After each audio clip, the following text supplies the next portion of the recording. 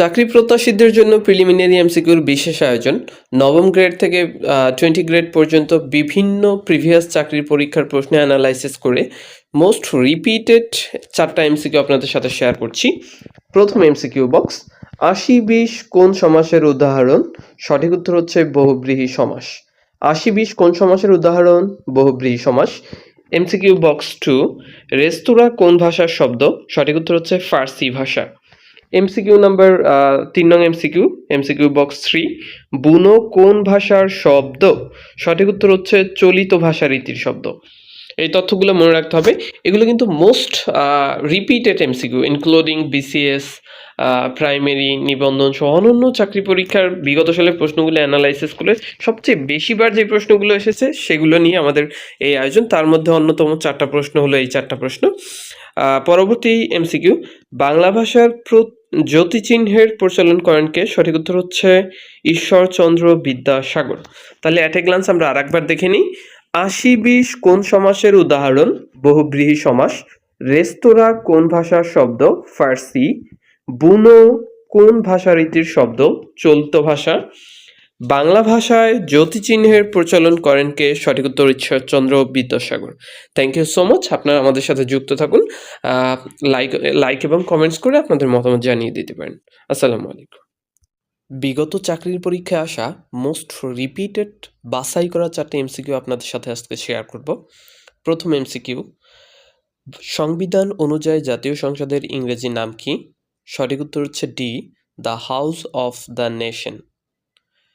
Number B, MCQ number B, প্রথম বিশ্বযুদ্ধে কোন চুক্তির মাধ্যমে সমাপ্ত হয়? সঠিক উত্তর হচ্ছে ট্রিটি অফ ভার্সাইলিস, মানে হলো ভার্সাই চুক্তি। এমসিকিউ বক্স 3, বাংলাদেশের সর্বোচ্চ সংখ্যক চা বাগান রয়েছে কোন জেলায়?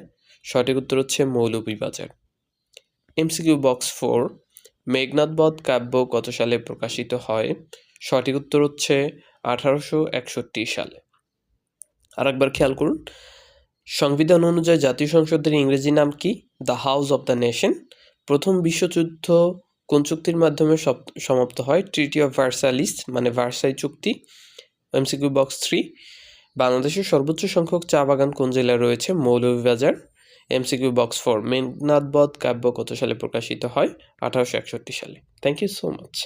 আমাদের সাথে যুক্তই থাকুন, তাহলে আশা করি অনেক বেশি উপকৃত হবেন। প্রিলিমিনারি এমসিকিউর আজকের ফটো কার্ডে বেশ কিছু চাকরি পরীক্ষার গুরুত্বপূর্ণ তথ্য সম্পর্কে জানব। আইএমএফ এর সদর দপ্তর কোথায়? আইএমএফ এর পূর্ণরূপ হলো ইন্টারন্যাশনাল মনিটারি ফান্ড। এর সদর দপ্তর যুক্তরাষ্ট্র ওয়াশিংটন ডিসিতে অবস্থিত। আইএমএফ প্রতিষ্ঠিত হয় 1944 সালে ব্রেটন উডস কনফারেন্সের মাধ্যমে। এর প্রধান কাজ হলো বৈশ্বিক অর্থনৈতিক স্থিতিশীলতা বজায় রাখা, সদস্য দেশগুলোকে ঋণ ও অর্থনৈতিক সহায়তা প্রদান করা। বর্তমানে সদস্য সংখ্যা 190টিরও বেশি। হাইলাইটেড এমসিকিউ হলো আইএমএফ এর সদর দপ্তর কোথায়? সঠিক উত্তর হচ্ছে Washington DC.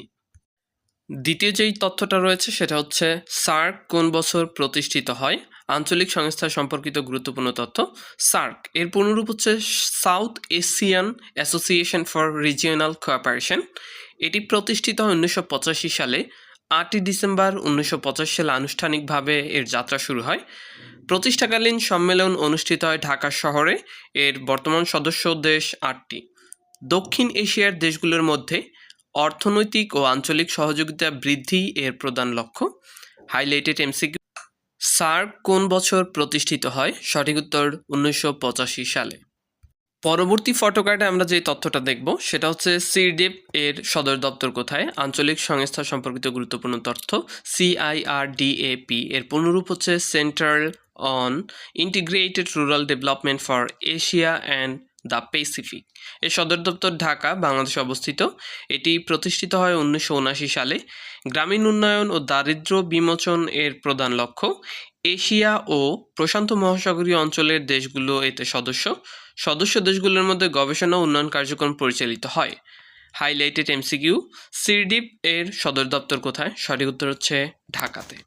Thank you so much. আপনারা যারা চাকরি প্রস্তুতি নিচ্ছেন আমাদের সাথেই থাকুন, আশা করি অনেক বেশি উপকৃত হবেন। Thank you.